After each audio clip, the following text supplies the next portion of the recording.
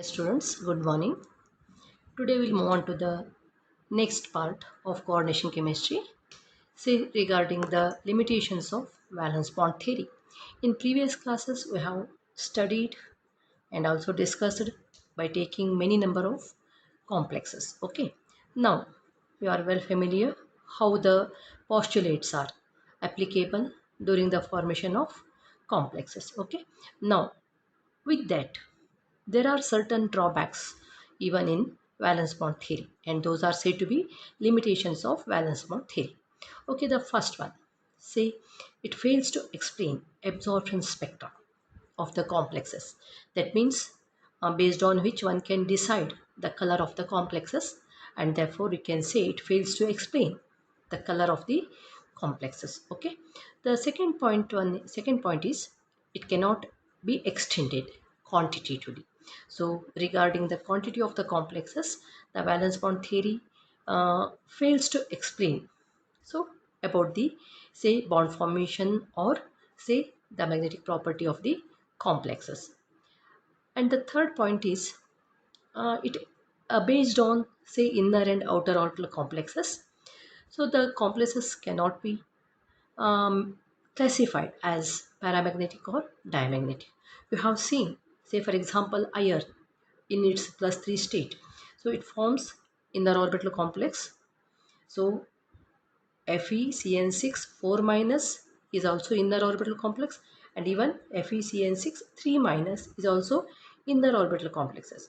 But out of those two, one is paramagnetic and the one is diamagnetic. This one is paramagnetic because it is having one unpaired electron in its 3D orbital. But FeCN6 4 minus, where Fe is +2, in the d orbital there are 6 electrons which are forced to pair up. That means all electrons in -4 complex, they are paired, hence that is diamagnetic. So now valence bond theory is not that satisfactory to classify or to indicate or to explain the magnetic properties based on inner orbital complexes or outer orbital complexes. So that means inner orbital there are paramagnetic as well as there are diamagnetic. So outer orbital most of them are say paramagnetic because say the weak force ligands are reacting. So this is the one of the drawback. So next one, it considers only the spin magnetic momentum and neglects orbital magnetic momentum. So mu s stands for spin magnetic momentum, mu 0 that means mu o is represents the orbital magnetic momentum.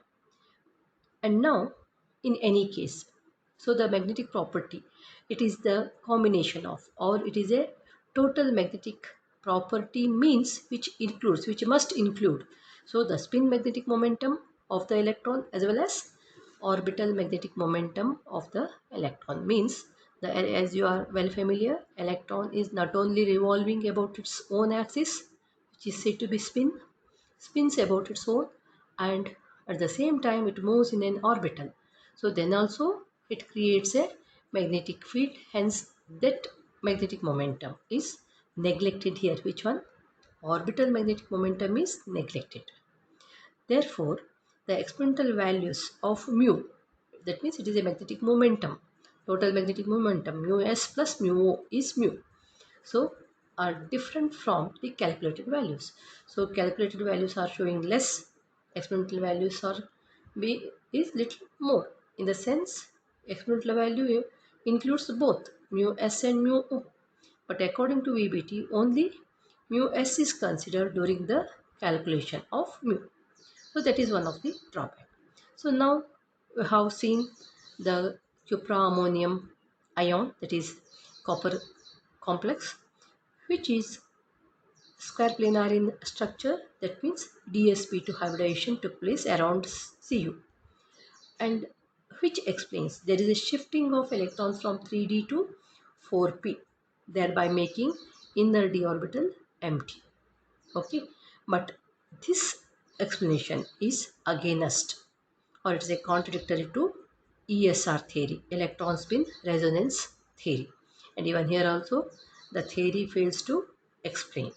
Okay, so the next point is Fe.